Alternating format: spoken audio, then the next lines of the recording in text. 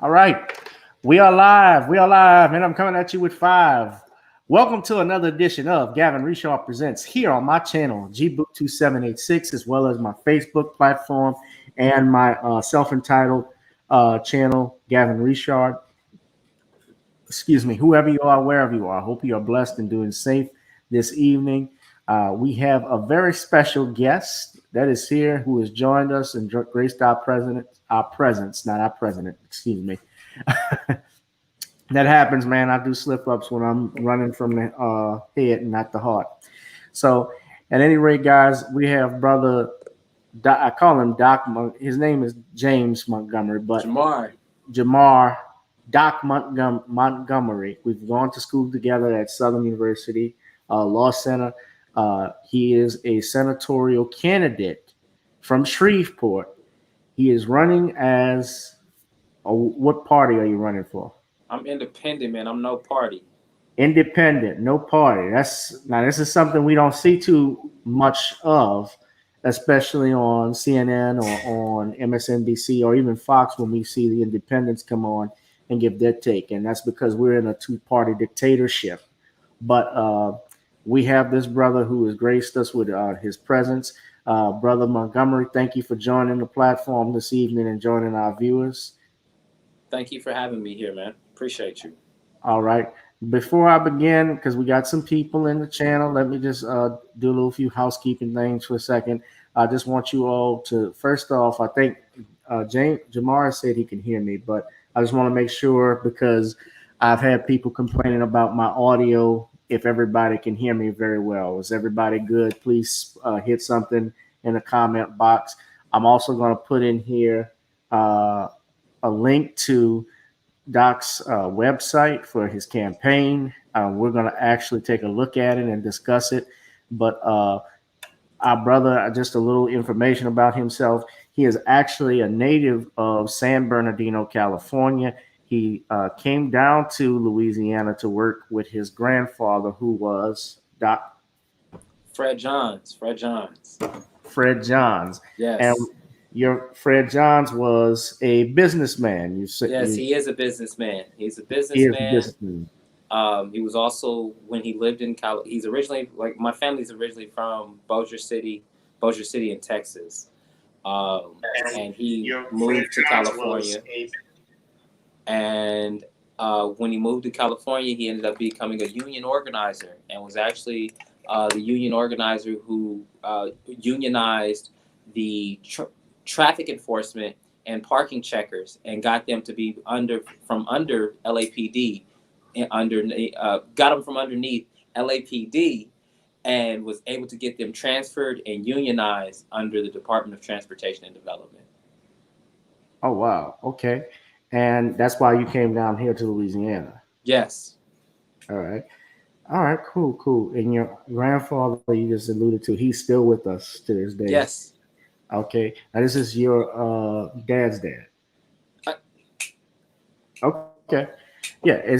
He's in Shreveport? Yes, he lives in Shreveport. Okay. Cool. And we already know who he's voting for. Yeah, you know it. Yeah. So, brother, I'm gonna do this too. I'm gonna put up your website so everybody could take a look. Please leave a comment in the description. And we got somebody that's commenting. Someone I know, Doc, you may know this brother, Garrett Gregory. He says he is one of my good friends. Garrett is out of. There we go. There you go, Garrett. What's going on, Garrett? Garrett came to my first fundraiser, as a matter of fact, and I've known Garrett since 2004, 2005. We were in engineering school together. Oh, okay. Yeah, y'all were in engineering school together. And brother, you also were, and I put this information up for the video so everyone could see, but you worked for the Department of Defense in making weaponry, if I'm not mistaken. I was a weapons systems engineer, so I actually launched the weapons. You actually launched the weapons. Oh, shit. Nobody will fuck with you. I curse on here sometimes, man. It's excuse me. I'll try and watch my language, but I'm usually this is free. This is not the FCC doesn't control me. So this is man. Nobody messes with you. bro. You launch you. Shit, I'm just thinking that movie Law Abiding Citizens was just on with Jamie Foxx and Gerard Butler, the guy from 300, he was killing people with ties and missiles from a cell phone. So you into that stuff? No, man. Hey, I'm an engineer. I'm an engineer. So where there's an engineer, there's a way. Sure, sure. All right, I'm just messing with you, man. We don't want to cost you this election, so let me stop. But this is your website. You provide tips on managing COVID-19. Yes. Yes, and also we're going to look at your platform here. Now, brother, you're also a juvenile public defender. Yes. Yes, and tell everybody a little bit about your work in that area of juvenile defense, because I've actually done some stuff on it, but I'm going to I want to just hear your perspective on that and let people know the state of the juvenile justice system. Well, I said juvenile justice, but yeah, juvenile system, basically how that is going and in this country, just from your perspective. Well, one of my main platform areas is juvenile justice and reforming juvenile justice. And in fact, on another part of my website, if you go to back to the home section or about doc, it goes more in detail about my platform. Um, Juvenile justice is extremely important to me because I remember what it was like being that young and having that experience of getting into trouble, getting into fights. I remember what that was like. Uh, as we know, the law is a lot different than what it is today. And the way that it is enforced is even more prevalent, I should say, in this time of the school to prison pipeline. I'm looking forward to the day where we no longer have to incarcerate our young men and women, our boys and our girls. Currently, right now, at least here in Louisiana, 50% within 3 years of kids who are in secure detention facilities, within 3 years, 1 out of every 2 end up back in the system. Yeah. So the moment that they are incarcerated in a secure detention facility, there is a 50% chance of them coming back into that system within 3 years. And I think that speaks a lot to uh, that incarceration does not work, or the institutionalization of our children does not work, and that we have to utilize other methods and manners to be able to rehabilitate our children. That incarceration is not the way. Most If definitely. I'm uh, sorry. Go ahead. No, that's fine. That's fine. Every day it's an everyday battle. You find out how our children are the most vulnerable and don't have real advocates that are there that understand their experience, that understand how they feel, and understand how the world looks at them. And this gave me the opportunity to be able to really fight and advocate for these children. We have a great team at the public defender's office, and in fact, I'm the only Black male juvenile public defender. I hate using the word juvenile. I like saying these are children, and we should always remember that they're children. But uh, in our system, in our justice system, thank God that our juvenile justice system is more geared towards rehabilitation, but it is still a system that institutionalizes our children. Uh, at our detention facility, the kids are wearing orange jumpsuits and white sneakers, and they don't look anything different than the adult defendants that I also represent from time to time, and it really breaks my heart. And that's something that I'm very passionate about, because if you can free the mind, if you can expand the mind, then you can prevent them from being adult criminals, from being Hmm. caught up in the system. And that's the one thing that we're trying to do, is prevent as many children from being caught up in this system, from being victims of this system, and being, we want them to be flourishing and successful citizens here in Louisiana and also in America. Right. It's interesting you saying that too,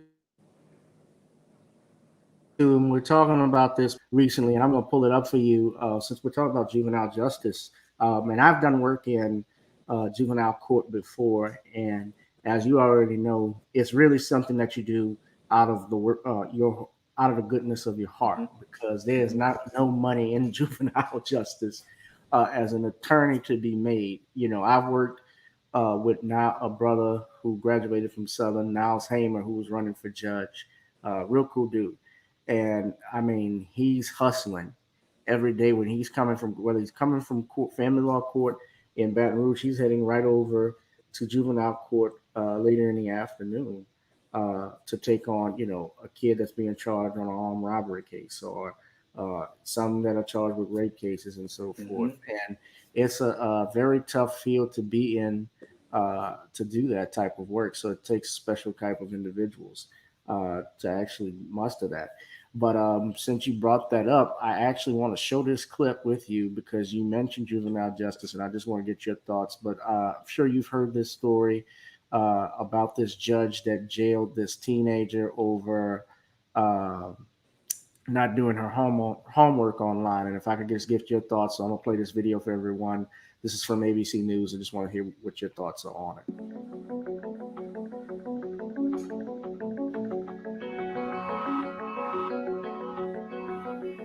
Okay, I thought that was the video. It looks like There economy is recovering. okay. This is not Education is okay, recovering. excuse me. A lot of things you can recover from. But you I can't. guess we'll talk about that COVID in a little bit. My mistake. I thought this was on here, but this story this came from ABC News. A judge, suburban Detroit judge, sent a 15-year-old girl to a juvenile detention facility for not doing her homework. Released the teen from probation on Tuesday after an appeals court ordered her release. Oakland City Circuit Judge Mary Ellen Brennan adopted a caseworker's recommendation that the case be terminated and that the girl called Grace, to protect her identity, continue to receive mental health treatment at home. So this is a child who had mental health issues, apparently, like if she had to receive any type of treatment. She was placed on probation in April in a case involving allegations of assault and theft, and had been in Oakland County's Children's Village since May for violating that probation, according to ProPublica. Brennan said a Michigan Court of Appeals decision July 31st ordering Grace's release from Children's Village effectively tied the lower court's hands, the Detroit News reported. She said Grace appeared to be benefiting from the treatment she had received at the facility. No details of that treatment have been provided. This court's goal to place her in Children's Village was to address delinquent behavior and improve life at home for her and her mother, Brennan said.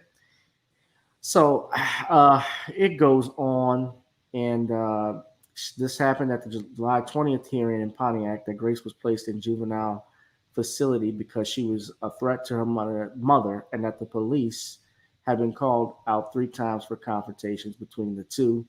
Brennan initially cited a failure to submit to any schoolwork and getting up for school for her decision to place the teen in juvenile detention. So when I'm reading this, and apparently she has ADHD and she receives special education, I look at that hook, and I also look at the fact that yesterday it was reported that a little boy, this was a white boy with autism, was even placed in handcuffs and led into the back of a police car.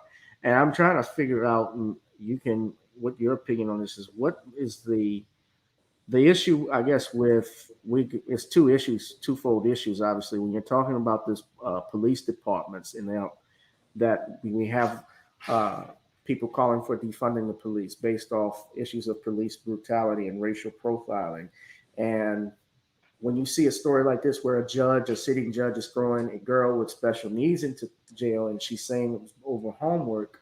And yes, I saw that she said, well, it was because the police were called out 3 times, but she didn't have that in her ruling. So from reading the news article, so they made a decision already to. It seems like this is how that they think of and treat our children as treating them as criminals from the beginning.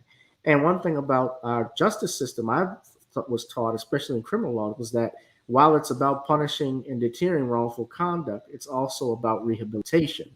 And just your thoughts on that story and the other issue, I guess we can get in with police brutality and racial profiling. But just starting on this issue with this story out of Detroit. Well, I think it's during the time of COVID, um, incarcerating children isn't a good idea. Mm-hmm. Because depending on the procedures and the policies that are there, that those detention facilities can end up becoming incubators for COVID if the proper procedures and precautions aren't taken. The other issue I have is she was just because the police were called out does not mean that she violated her probation. Correct. And that a lot of our children are thrown in jail. Some of our children are thrown in jail for status violations, for probation violations, whether it's not getting along with their parents. And it's a challenge for parents. It's a challenge for parents because I feel that anytime that you need to call the police on your child for them to handle the situation, that things are way out of control.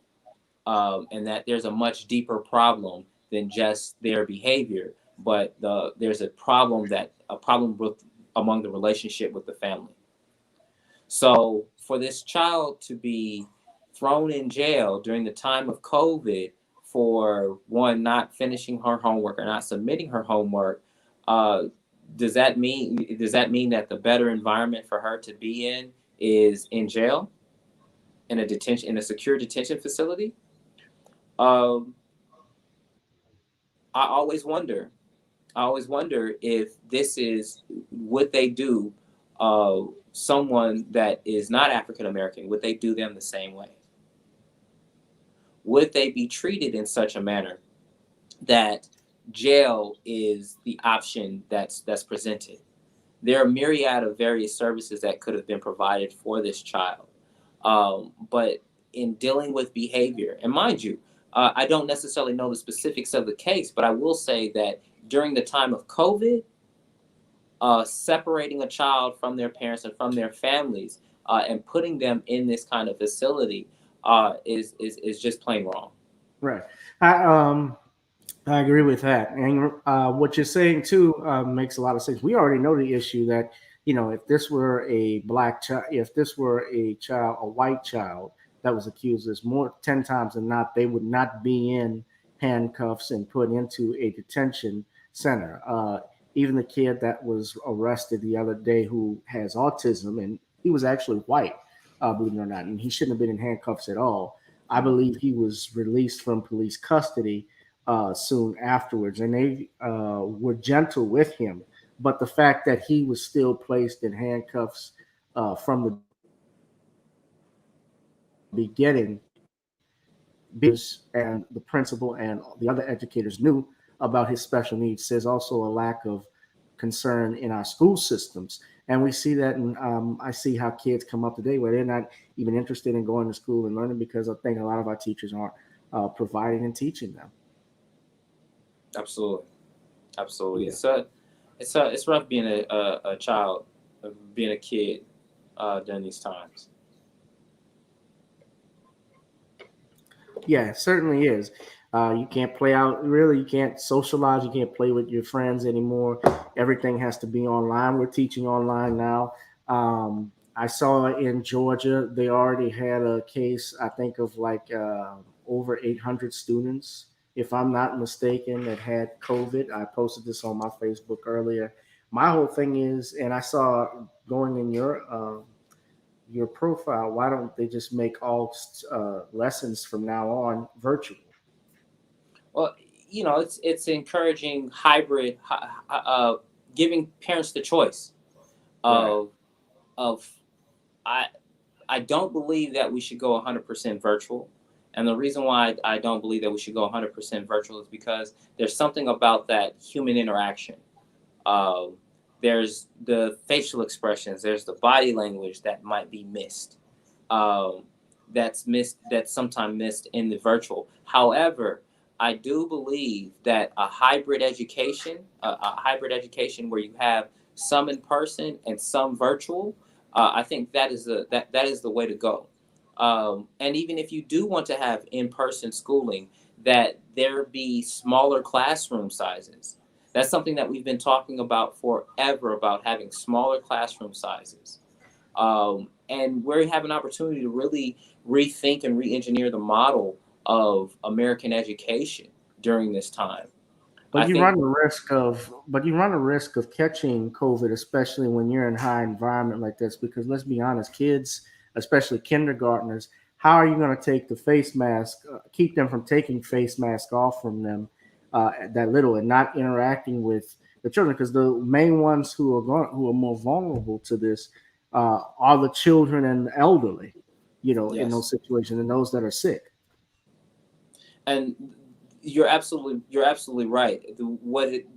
The thing is that we don't live in a vacuum, and what I mean by that is that the not every parent has the luxury or the ability or the privilege of being able to stay at home with their children to do virtual learning. So how That's do you provide for a learning environment for your children in a virtual manner when you're not necessarily able to be there to monitor them? So we start to see what schooling also provides. Now I'll say this, that we're seeing the connection between our education system and our economy, in the sense that our workforce, I should be more specific, our labor and our workforce, the connection between education and the workforce, and that it is not set up for your children to be at home. It is not set up for your children to be homeschooled. It is not set up for virtual learning and you as a parent to be actively involved in their education. Our, Mhm. our, our workforce, our work schedules aren't conducive to that.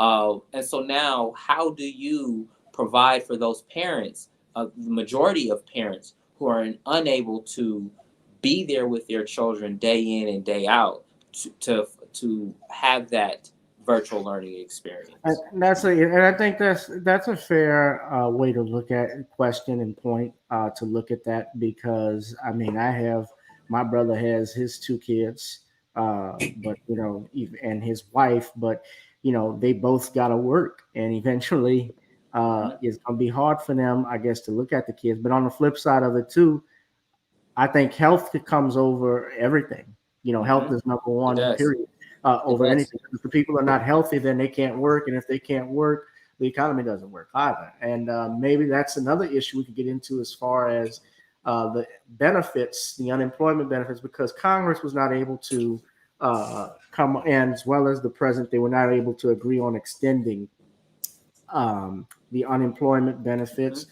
And guys, let me start first and foremost. Anybody got questions that they want to ask Brother Montgomery, the senatorial candidate from Shreveport? Please leave them in the description box. He's open to questions. I'm very sure of that. He's not Yes. shy. He's not running away from anything. And I and that's going to be getting. And I'm getting into that point about the unemployment benefits. I did want to know what were your thoughts on, if you're elected this November into the Senate, United States Senate, how would you work, especially as an independent, with the Democrats and Republicans? Because it seems like everything is on party lines. You know, Trump, because he's a Republican and I don't want him in there. And same thing with Trump. I'm not messing with them because the Democrats, they're all terrible people. They're not terrific and all that stuff. So I was doing my Trump impression there. But yeah, how would you deal with something like that? I mean, that's one of the reasons why I ran as an independent, because I didn't want to be uh, labeled and characterized and stereotyped for my actions because of what party that I was. Oh, well, he's going to do that because he's a Republican. Oh, he's going to do that because he's a Democrat. I didn't want that. I wanted the people to know that I'm going to do what's best for the American people, right? Right. Right now, if you are worried about your health, right, we need to provide relief. If you want to beat this virus, we need to provide the relief that's needed so that people aren't kicked out of their homes, aren't evicted out of their homes, that they and their children and their families aren't going hungry. So once again, when I say that this virus has shown us just how interconnected not only our economy is with our education, but how our workforce and our work schedules are integrated with our education system and our economy. Uh, I think that what we're seeing is how agendas are controlled by parties, and that the parties have a vested interest in making sure that there's only two parties. So it looks like the Republicans are fighting with the Democrats and the Democrats are fighting with the Republicans, but really the Democrats and the Republicans are making sure that other third parties don't necessarily have an input.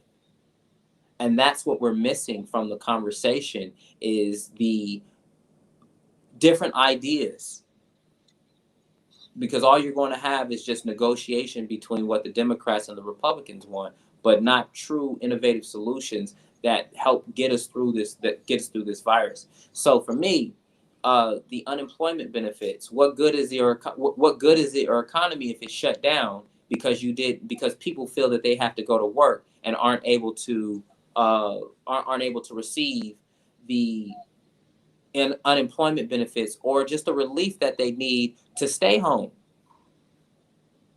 If you're going to expect people to stay quarantined in their houses, then they have to know that they won't go hungry and that they won't get kicked out of their apartments or get kicked out of their houses. So if we're not thinking about the issues in those terms, then we're totally missing the ball. Right, most definitely. And I have this just for everybody to put this up here. I'm actually, because someone in particular is asking me, talking about me scrolling through my phone. I'm have it on here, so I'm trying to see if there are any comments coming through Facebook. So I don't get the comments through YouTube. I get the comments through YouTube through StreamYard, Doc. So no worries. When I want to look at comments through Facebook, that's why I'm scrolling through here on Facebook with my phone. So that's the only way I can see them. So that's why I'm doing that. So I over on you, on that person. No worries. No worries. I'm not going to hear the end of it though after tonight. So yeah, I have up here, this is United States Senate, and that's very good points indeed about the unemployment benefits, but I want to look at the candidates that you're running up against, brother. The incumbent is Bill Cassidy.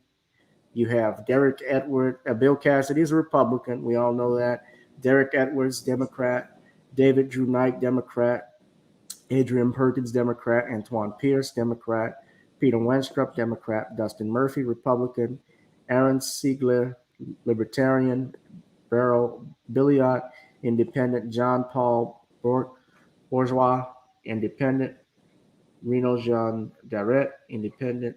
So you got quite a few. James Myers Montgomery, that's you, as an independent. So we do have quite a few independents that are running for the senatorial seat, and some Democrats and Republicans. And of course, we're going to get into even some big news that was announced today, because I do want to know your thoughts about the presidential election, if I could talk to you about it. But when you see the list of people that are running against, a lot of people would think if I throw my name in a hat, or even not even a lot of people who are talking about running, but I'm talking about people, let's keep it to people that are voting. You know, when they want to choose, usually it's choosing what they call the lesser of two evils, because they know that, well, he doesn't have a shot. If I vote for this third party candidate, he got no chance of winning. You know, if I vote for Democrat, well, I sure as hell don't want the Republican in office. I don't want Cassidy in office. So let me go ahead and vote for Pierce or Murphy. What do you say to that? And how do you overcome all of that? Well, that's actually a good question. It's a groupthink, right? In terms of, well, I know that this guy doesn't have a shot. Well, you're a voter. And if you're making the assumption that everyone else is thinking the same way, and you don't challenge that kind of thinking, right? The people don't get in, the way that people get in office is through votes, point blank, period.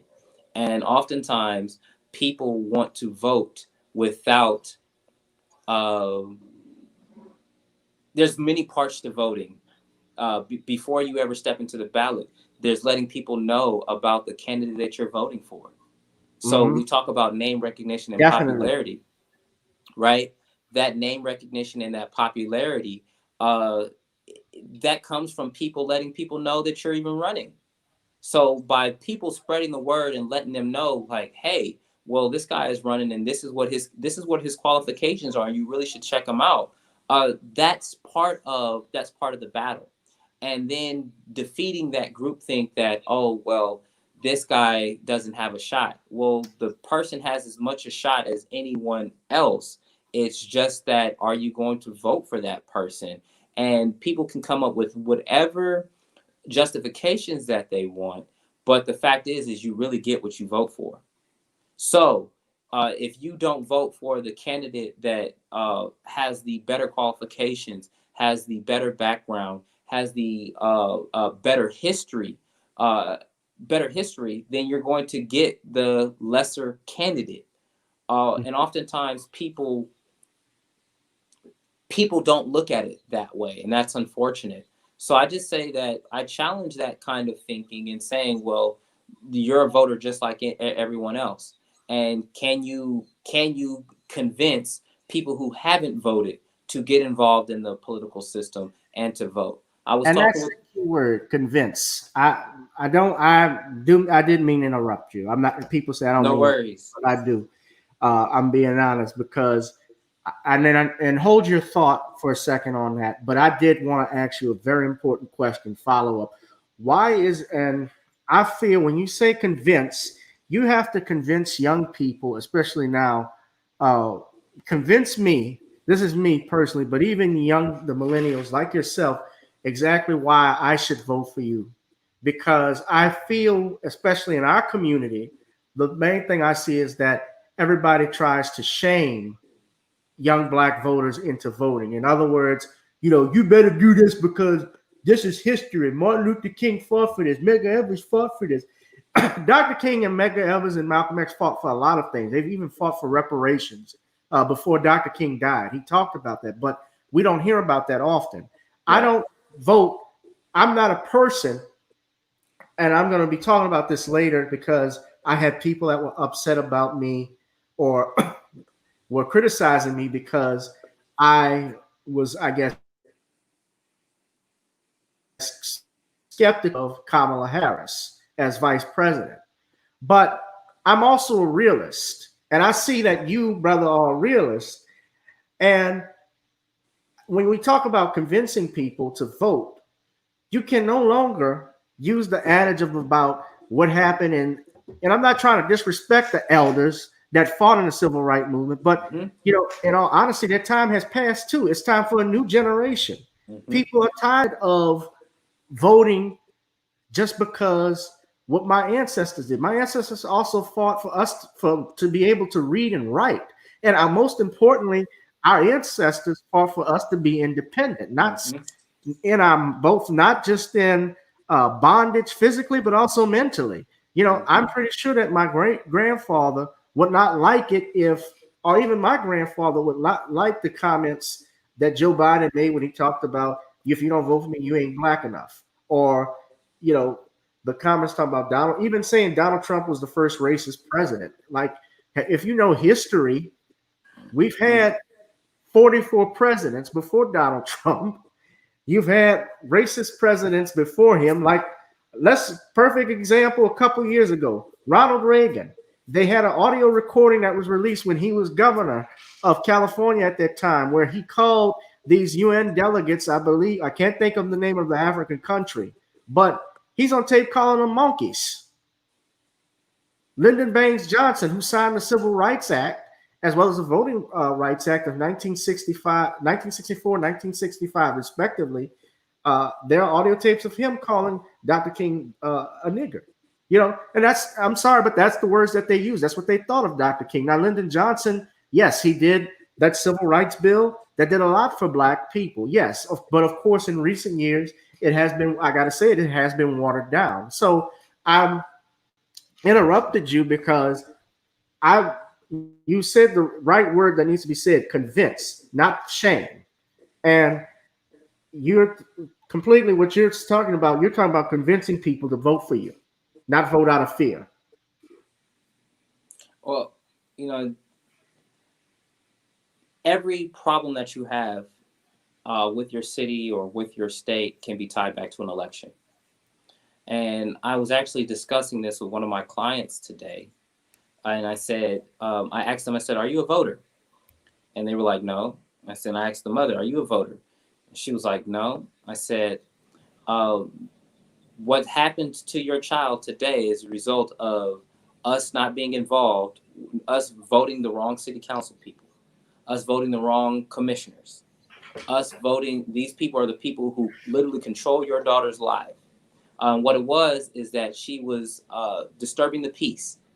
It's almost like a defensive, there's really no defense to it except for self-defense. No, it is. Just like right? disorderly conduct, yeah. Exactly. So yeah. here it is that we had legislators who put this law in place. And these are people that we vote for who agreed that this was okay.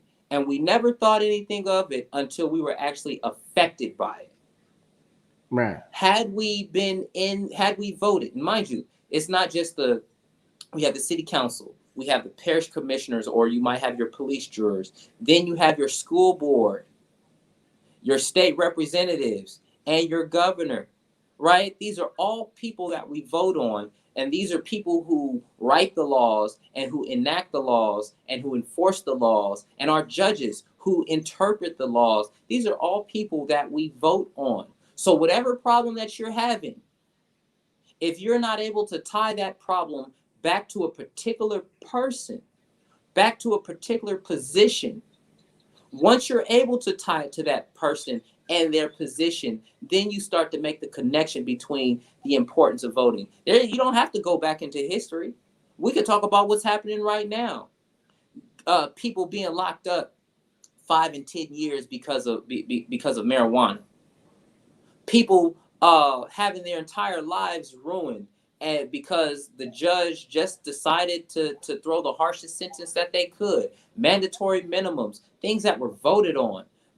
This right here is showing you. And so after you've been shown how voting affects your life and how voting for particular people or voting for particular laws or not voting affects you, then you've been given the information. Now it's all about, okay, well, you say that you don't believe in this system, but this system believes in utilizing this power against you. And if you continue to have the mindset that you are powerless and that you're a victim of this system instead of being involved in the system, then the system's just going to continue running over you. And that's one of the reasons why I jumped into this race, was because I didn't want people to continue to say that the system keeps running over people, and you have a chance to vote on a candidate that understands your problem, is connected with you, and wants to bring the solutions to help solve those problems, those most pressing problems to you. So in convincing people, it's tying their problems back to a point of where they voted or where they didn't vote.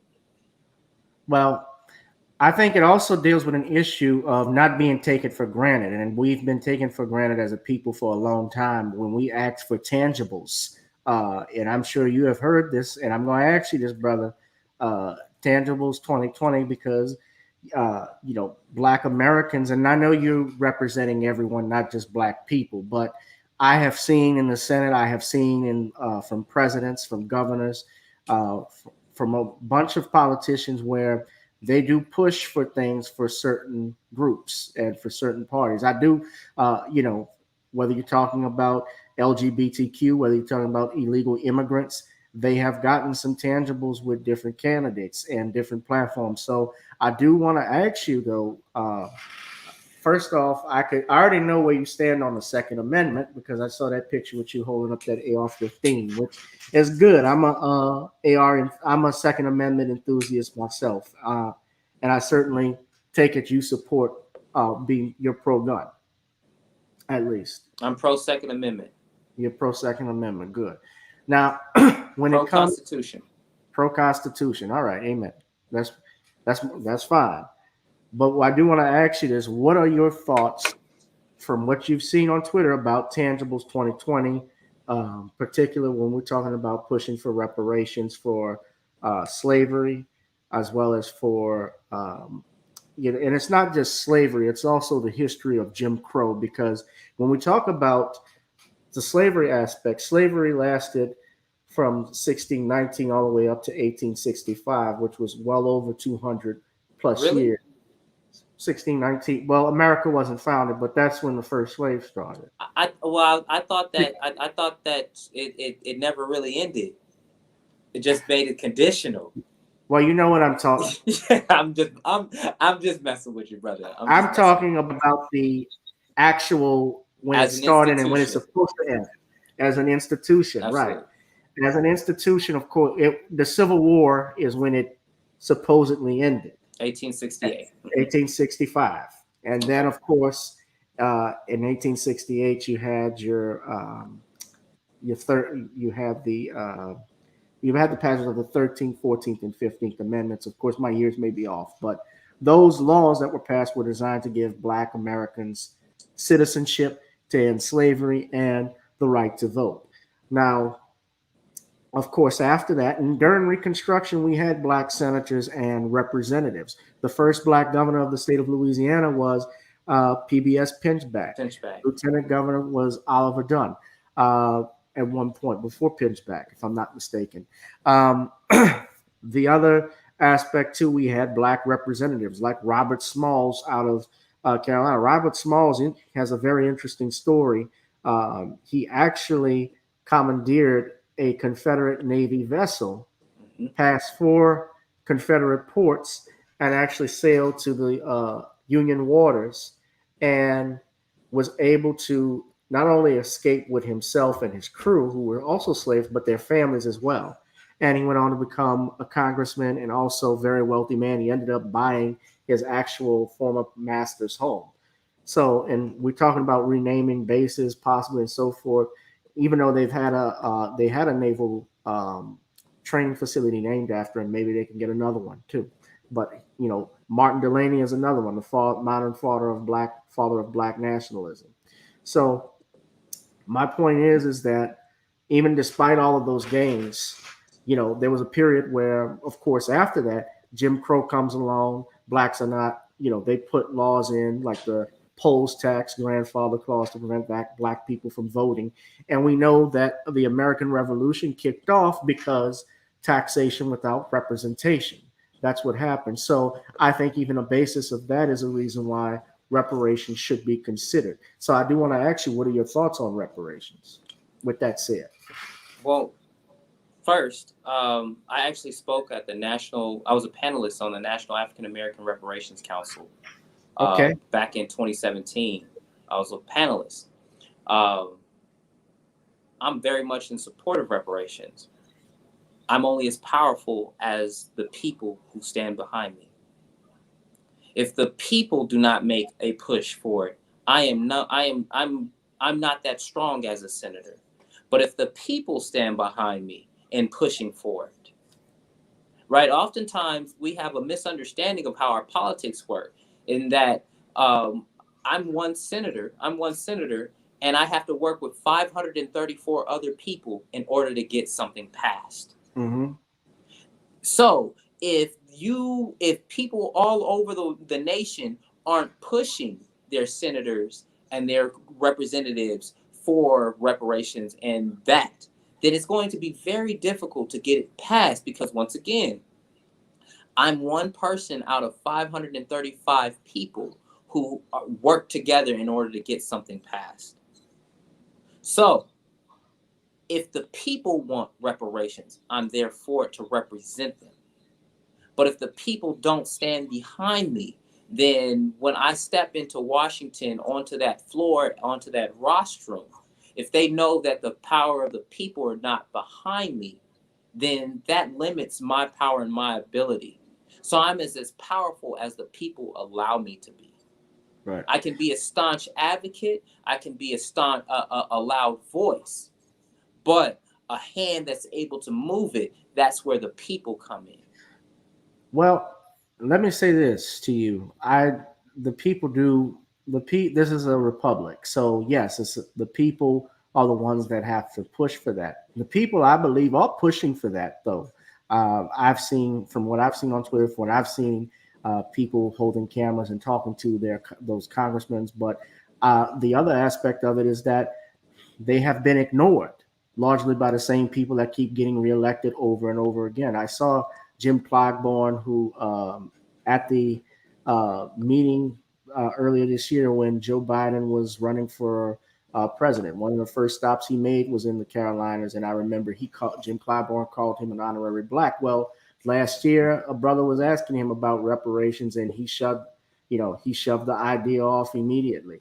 There have been countless, even Kamala Harris, she has stated in videos that, of course, am I going to do anything specifically for black people? No, I'm not. She said that.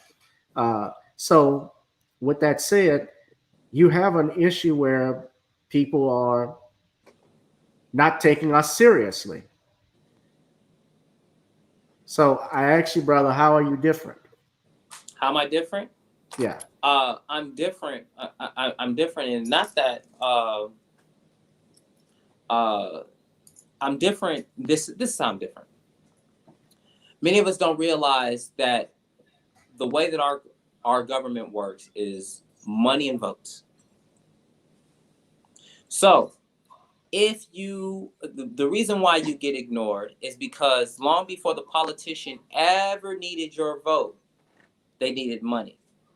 And many of the politicians that are ignoring you, uh, have received campaign donations, from large organizations and large corporations.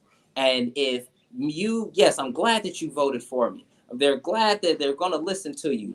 But the persons who keep their lights on and their water running and their signs going and their commercials going, that's who they're going to be listening to. That's why I'm running as an independent and a grassroots candidate, because I want to be controlled by the people. That's who I represent. The issue is when, yes, you may have 1,000 people. You may have 1,000 people, 100,000 people that want reparations. But what you don't have is those same 100,000 people providing $10 each to make sure that candidate has $1 million, so that instead of the corporate interests buying that politician or controlling that politician, it's the actual people. For me, that's why I'm running independent, and that's why I'm running grassroots, because my loyalty is to the people, not to corporations and not to special interest groups. So Okay. if the people want reparations, then it's also about realizing that you got to put your money where your mouth is. That if you want your candidate is running up against people who are more well funded, who can make sure that their name gets out there, who can make sure that they have the volunteers and the organizers there.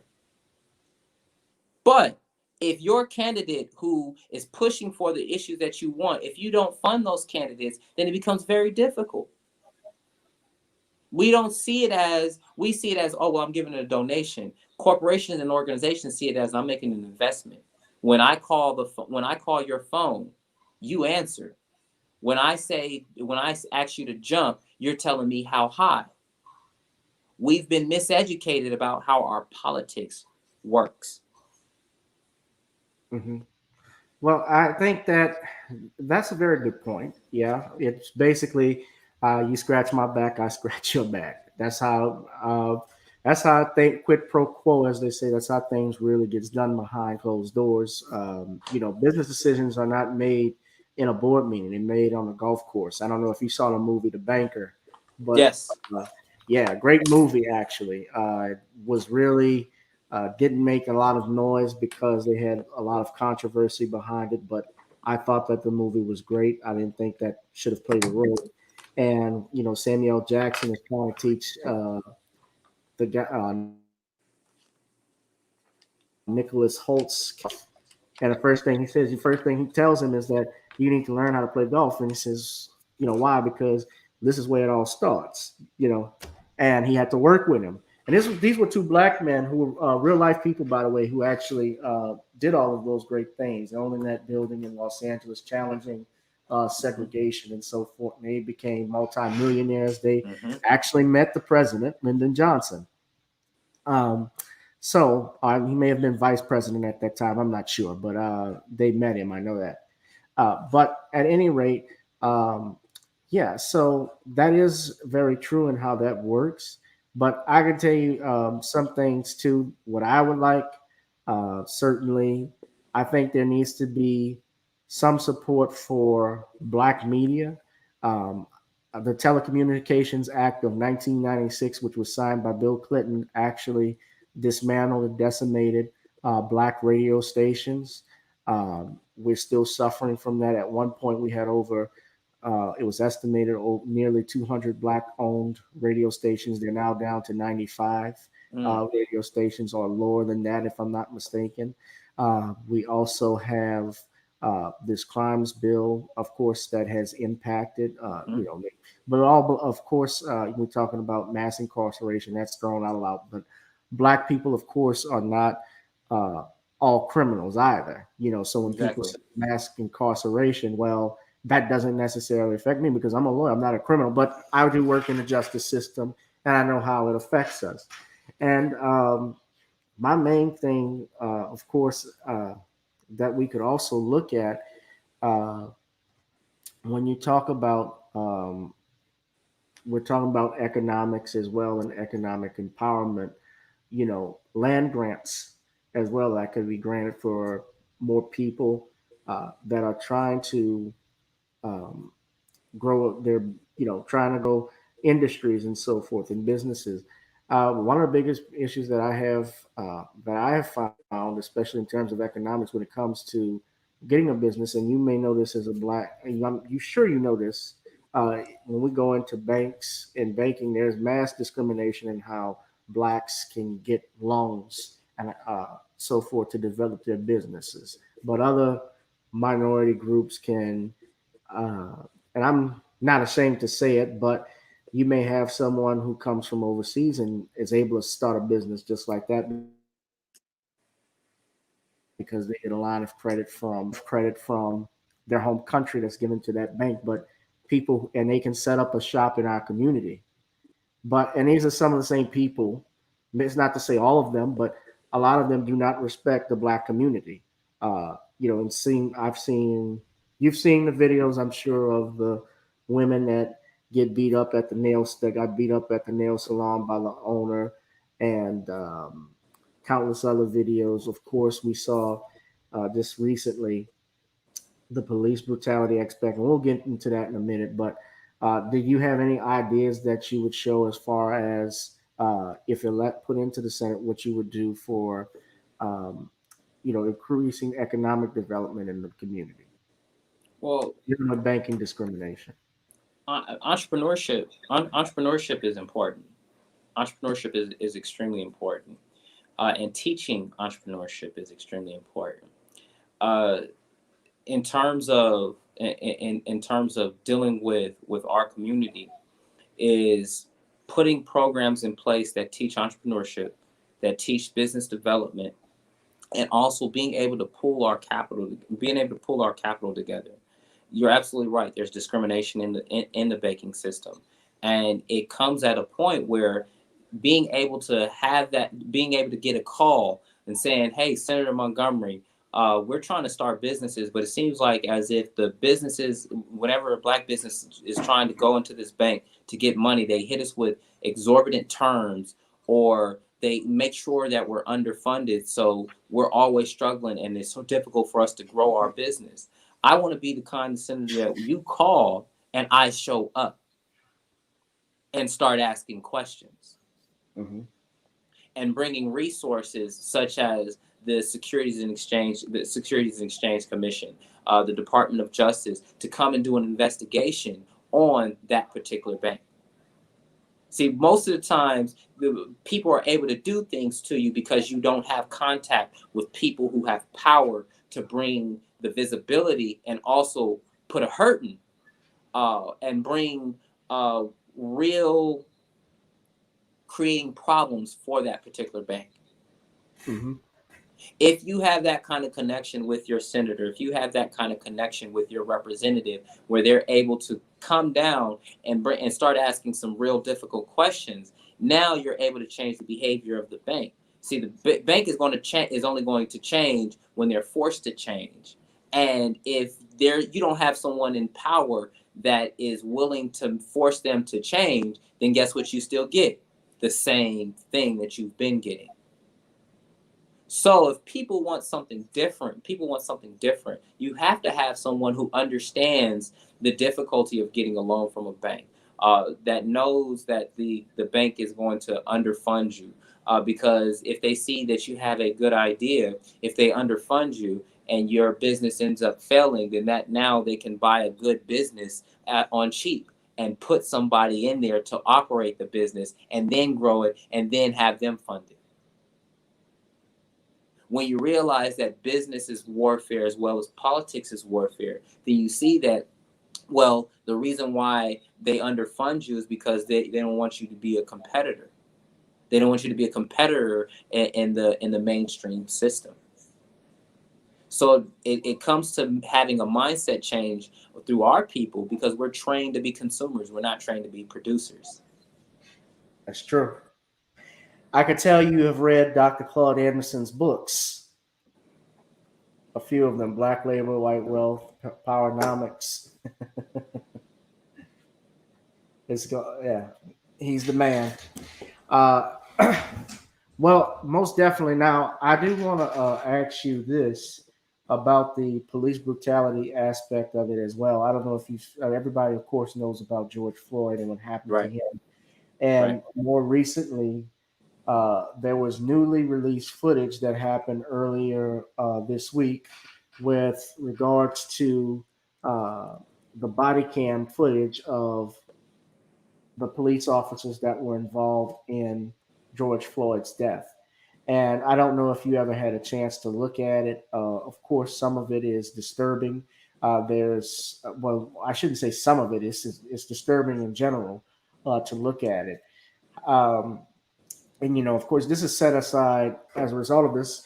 This has caused mass protests and mass outrage. There's been rioting and looting. There's also was another police shooting that took place in Chicago that started. And I think people have reached a boiling point with regards to police interactions and police brutality.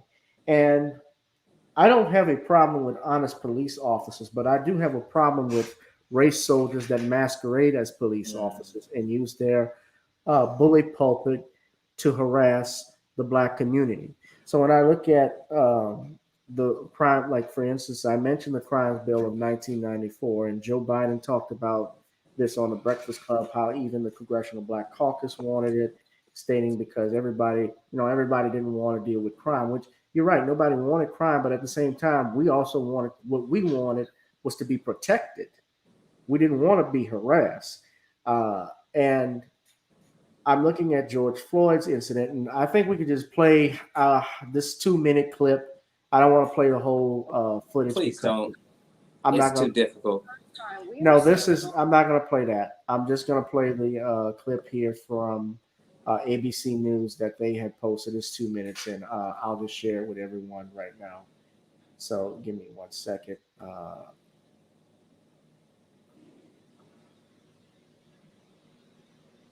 But this came from ABC News, so this is edited. So that's just. moments leading up to the arrest of George Floyd. Newly released videos from the body cameras worn by two former Minneapolis officers are shedding new light into the death that set off protests around the world. Marcus Moore has the latest, and we do warn you, the new images are disturbing. Tonight, a judge ordering that release of two body camera videos from George Floyd's arrest and death. Let's see your other hand. Please put up both hands. Just seconds after approaching the vehicle, rookie officer Thomas Lane pulls his gun and points it at a noticeably startled and scared Floyd. Please don't shoot me, please, man. I'm not going to shoot you. Step on face away. I'm a guy, man. Please don't shoot me, man. Please, man. Let's talk my mom, man. The other body camera shows Officer Alexander King explaining they were called to the Minneapolis convenience store over allegations Floyd used a fake $20 bill. We're here because it sounds like you gave a fake bill to individuals in there. Yeah. There is a brief struggle as the officers push the distraught Floyd into the back of a police vehicle. Seconds later, Floyd is pulled out the other side. That's when Officer Derek Chauvin would put his knee on Floyd's neck. Tonight, Chauvin faces charges including second-degree murder and manslaughter. The three other officers at the scene each face aiding and abetting charges. Lindsay, these dramatic videos were entered into evidence as part of an effort to have the charges against Officer Lane dropped. They each run about 30 minutes long, and in one of the videos, you can actually see Lane trying to perform CPR on Floyd in the back of an ambulance. As we know, Floyd later passed away, and all of this entire incident started with a report of George Floyd allegedly using a fake $20 bill at that convenience store in Minneapolis. Lindsay. Thank you so much, Marcus. Hi, everyone. George Stephanopoulos here. Thanks for checking out the ABC News. So that was just, I have seen the new footage, and it is disturbing to look at. And I can tell you, their words don't even do it justice because the clip was actually over 20 minutes. And at the end, I could tell you from what I saw, and I'll have to share in another video, they were actually pulled over on the side of the road. There was no rush to the hospital while they were performing CPR on Mr. Floyd, but it was too little too late. You had to use a compressor machine or automatic CPR machine as well after the officer. But it was like casual conversation afterwards. It wasn't like they were startled or disturbed in any way, shape, or form. It was like nothing had happened. I know you probably haven't seen that part, Doc, but just when we talk about things like this, and I'm also curious why this video was leaked out because they're calling it leakage. But if the judge had signed off on it, then it's not leaked footage if he was releasing it. Are you asking a question? Well, I'm stopping and I'm leaving a statement, but let me ask my question on that.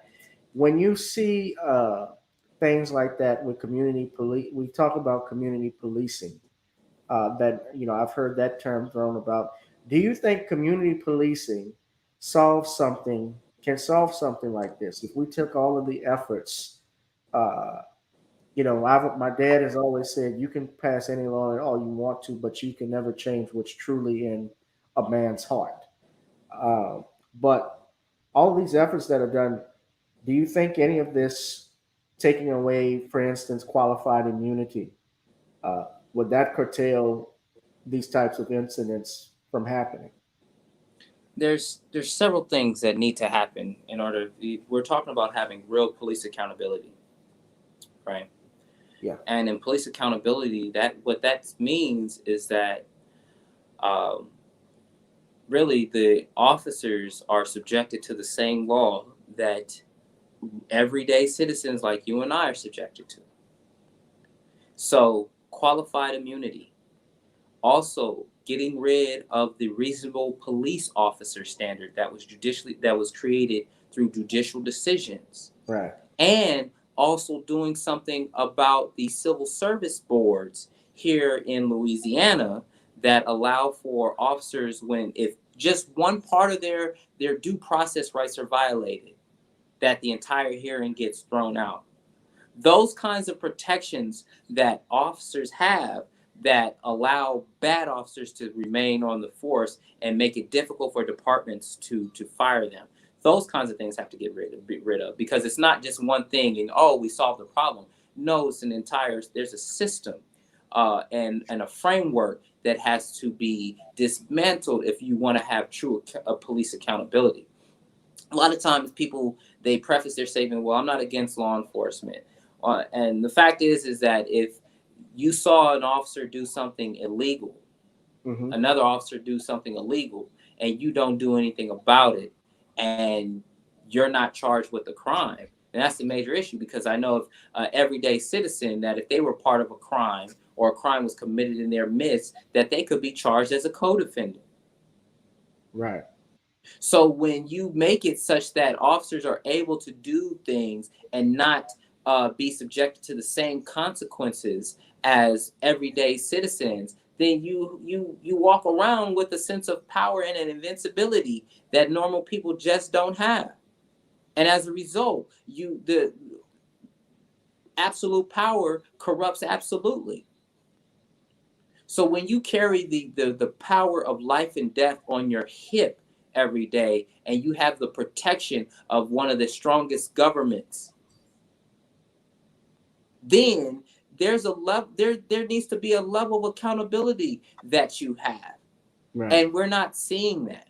We're not seeing that. And that's the issue. So as we look at, we look at what goes on in our police departments, and the fact is that I believe that there's a lot of good people in there. But if your leadership isn't good and you're afraid to speak out against your leadership, you want everyday other citizens to tell on the people in their neighborhood that are doing things, but you as a officer aren't willing to do the same exact thing, or we don't have the necessary mechanisms in place that allow us to get rid of these bad officers that give our police departments a bad name and bad reputation. And that's a problem. No citizen should ever be afraid of their police. So do you support defunding police officers? I support making smart investments and smart funding of our police. What does that mean? We're consumers of law enforcement, meaning that if you give someone a $100 million budget and crime is not decreasing in your city, then you need to be really rethinking how you allocate your budget. Also, does it mean, if we look at policing, does it mean that most crime is committed because they're just bad people? Or is crime a function of economics? So if you've increased your police budget, but crime has not gone down, then that means that maybe I need to be putting my money in different places, such as business development programs and entrepreneurship programs, or music programs, or after school programs that allow the kids and allow the people in the community to have a different avenue. Because I don't believe that people commit crime just because they're evil people. I believe that there's an economic incentive for them committing crime. Whether it's being that, hey, I have this skill and I'm able to do whatever it is that I do and get a quick return from it, versus I don't have any skills. And so this is what I'm doing. So if we look at crime as a function of public health and economics and morality third, I think that we'd be able to make even better and smarter investments in our law enforcement. So when we talk about defunding the police, what I think is that we need to be looking at how we fund our departments and what our true budget priorities are, and are we getting the best return on investment for our investment in our policing. Yeah. Well, I certainly think, this is just my opinion, I mean, you have police officers, though, that police departments, I do know recently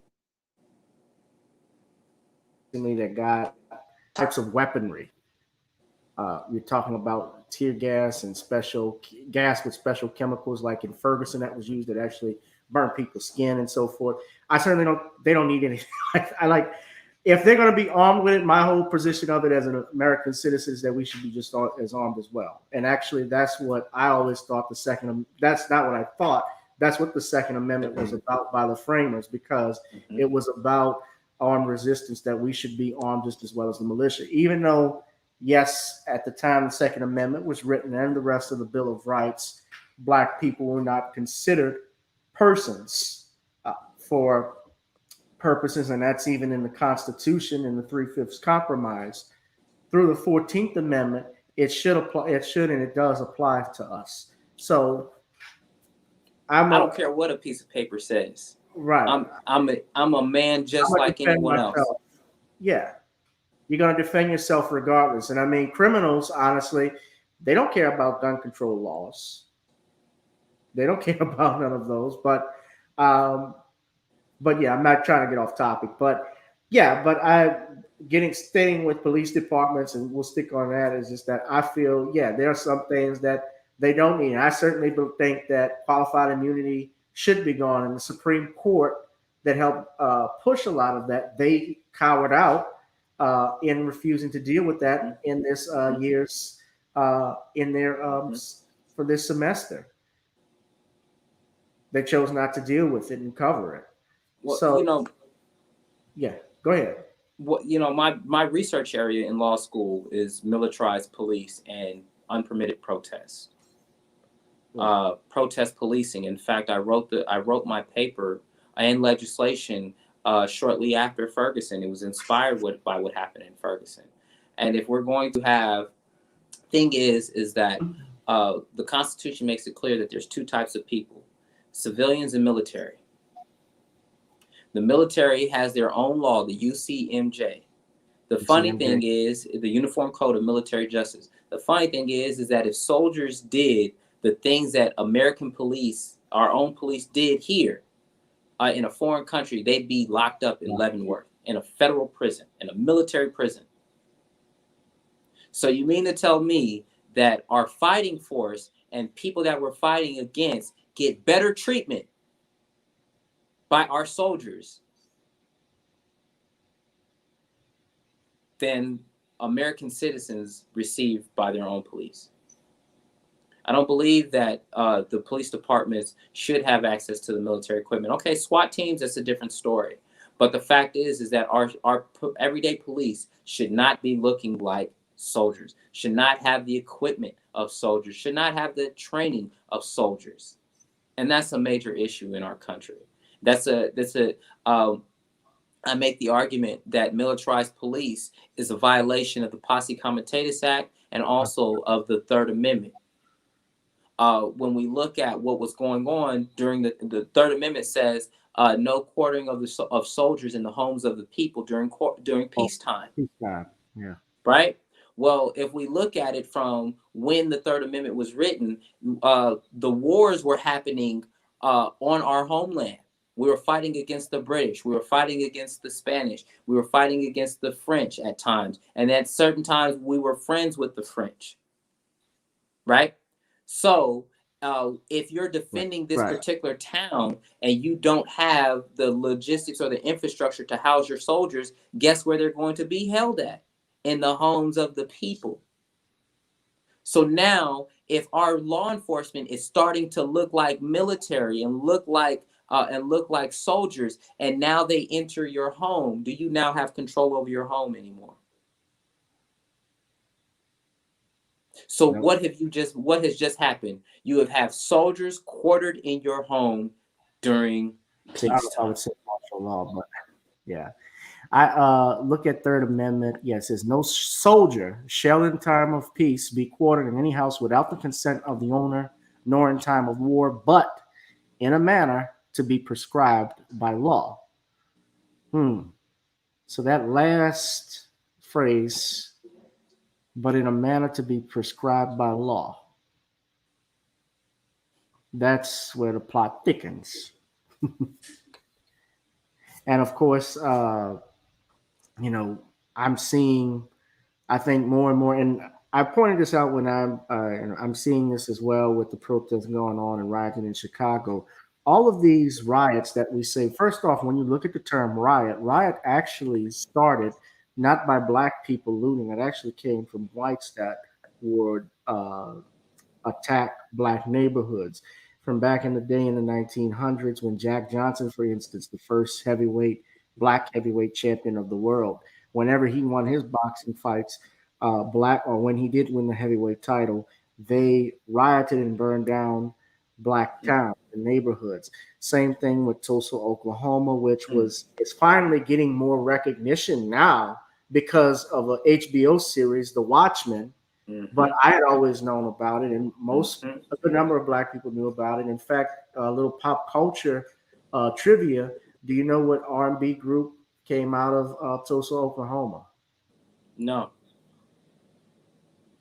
You dropped the bomb on me, baby. Wow, the Gap Band. The Gap Band. That's where they got that song from. The Gap Band, and yeah, they came out of there. So that's where that started. But all of this involves that we have seen recently. As I had a brother on this show previously, Ken Williams, we talked about rioting, and that all started from basically interactions by the police department. Ken Williams pointed this out, a 20-year homicide detective. It all involves the actions of police officers. That's why that's why we see these uprisings, because the American people are frustrated. And as Dr. King even said back in 1966, he called the riot the voice of the unheard. Now, of course, I don't condone looting and vandalizing and so forth, but on the other side, when human life is lost, people are going to react, and this is a reaction. It doesn't mean I condone it. And in most of those buildings, like I saw the AutoZone clip where they had the guy that was knocking out the windows. That guy looked like he was an informant. He was wearing a helmet and so forth. This was in Minneapolis. And I look at those things, and it's just like, is this something, though, they're trying to push onto the American people? Are they trying to push martial law? Are they wanting to force that on us? And I just wonder when I see things like that. That's just my comment, my 2 cents on it. But Hook, before we go, obviously, I just want to get your opinion on this too. It was announced earlier today that Joe Biden has picked his vice presidential candidate. Kamala Harris is his former adversary, you could say, because they were running against each other during the Democratic primaries and so forth, is running for she's been selected as vice president. So now we have it set up: Trump, Pence versus Biden versus Harris, Biden and Harris. What do you think of obviously the presidential election? I just want, if I could get your thoughts on it, and more specifically, the pick. I think it's showing the need for why we really the American people need to make a push for third and independent parties. Mm-hmm. What happens when you get a prosecutor and the author of the 1994 crime bill in the same room together? I think that the American people deserve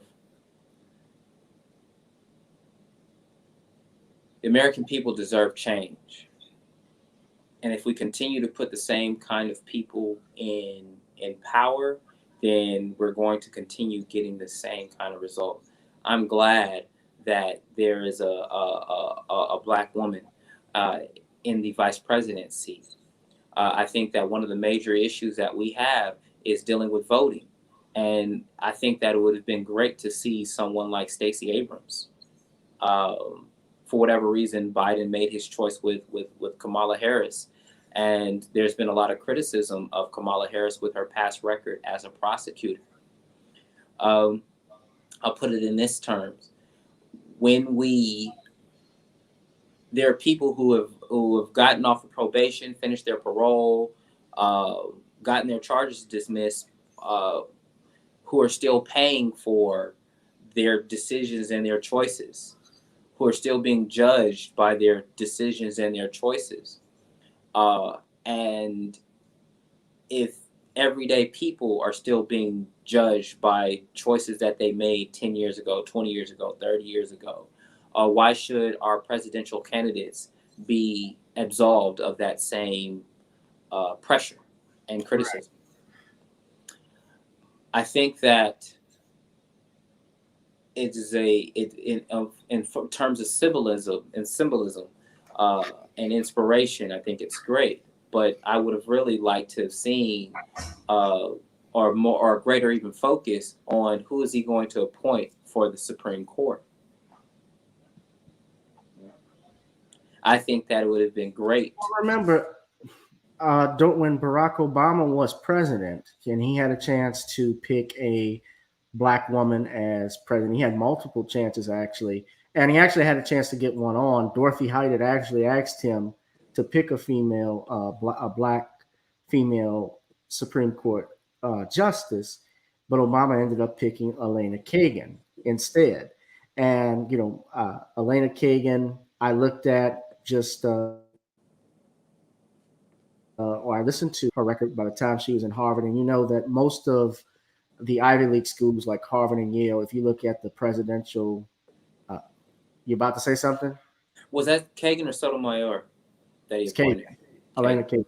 Yeah, if you look at their Elena Kagan has been criticized because if you looked at her staff was not diverse at all. I think it was all white and 2 feet. Go ahead. Let me say this. You know what? I'd be happy. I'd be happier about what's going on if I knew that Chief Justice Burnett Joshua Johnson was being appointed to the Supreme Court. I've watched as Chief Justice Burnett Joshua Johnson of the Louisiana Supreme Court has stood up for the rights of indigent people. She was the sole dissenting opinion on the gentleman who's been in jail over $20 hedge clippers. I think that there's a lot of opportunities, and it also shows. Wayne Bryant, that's the guy. Thank you.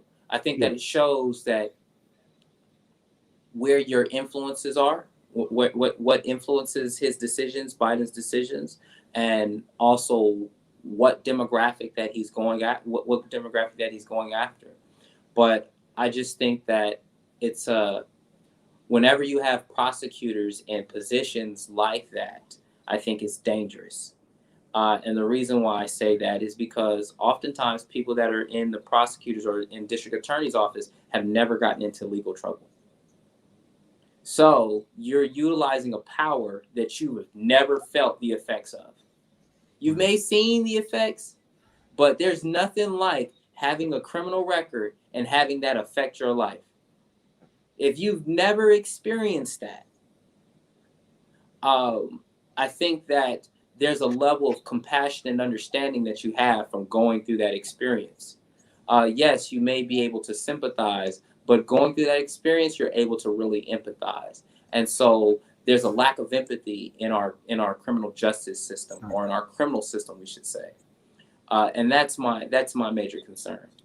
Right. And I look at her record as Attorney General in California. I mean, and it was, I'm going to be honest with you. I don't mix my words with things. People can get upset if they want, but the truth is the truth at the end of the day. You know, like Jesus said, ye be the salt of the earth, salt irritates. Her record was not great. And Joe Biden's record as a senator, and he's been in office longer than Donald Trump. And by office, I mean he's been in politics longer. That's just the truth. But what I will say is I think we need to right now, and I'm glad that we've had this time together to talk.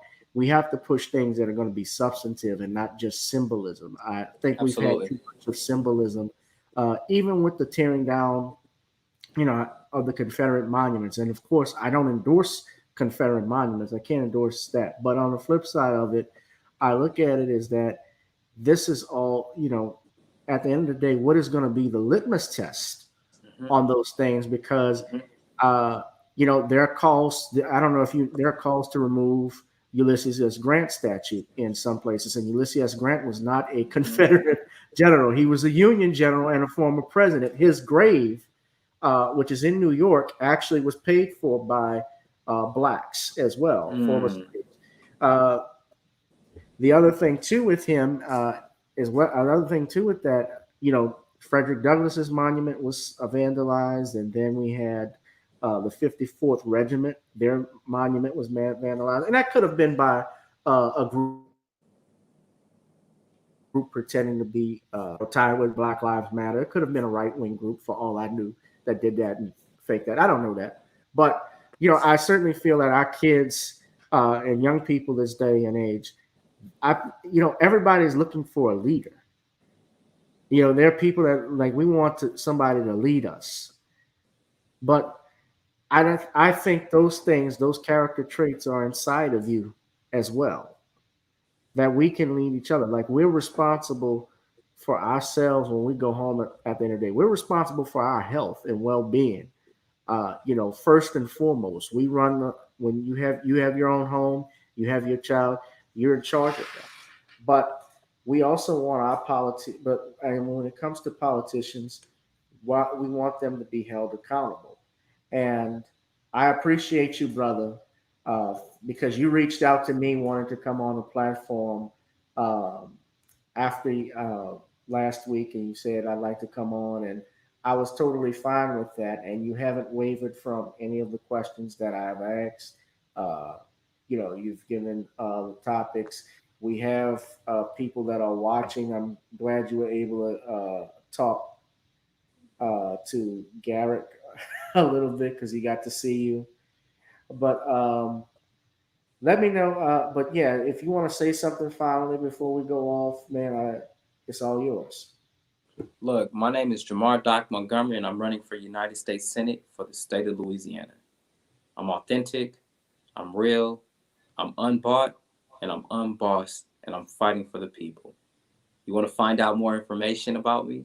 Visit www.docmontgomery42020.com. That's Doc, D-O-C, Montgomery, 4, F-O-R, 2020.com. I'm also on Facebook, Doc Montgomery, and Jamar Doc Montgomery for Louisiana. You can find me on Instagram, Doc Montgomery 2020. You can find me on TikTok, Doc Montgomery, and you can find me on Twitter, Doc Monty 2020, DOCMONTY 2020. Oh, and get you a mask. Donate $12 and you get a free mask. You get a mask with your donation. So we're running a grassroots campaign, and we want you to get something for your donation. So yeah, look at it get you a mask. Support a grassroots candidate that cares about you, that's going to fight for you. Jamar Doc Montgomery for United States Senate. Thank you. Guys, I've put Doc Montgomery's, and I'm going to show it to you since it's in the comments section. That is his actual website, docmontgomeryfor2020.com. And this brother also is a former veteran. He's a former Not Navy. A veteran, former DOD. Excuse me, DOD, but I saw you were on Navy warships. I thought you missed some time. Okay, but still, former DOD. He's worked in government. And he's wanting to change things the way that we've been dealing with for the last, I can't even put a number on it. It's been infinity right now. Since we've had really, I don't think we've ever had, it's been a long time since we even had like a third party candidate with a legitimate chance of winning anything.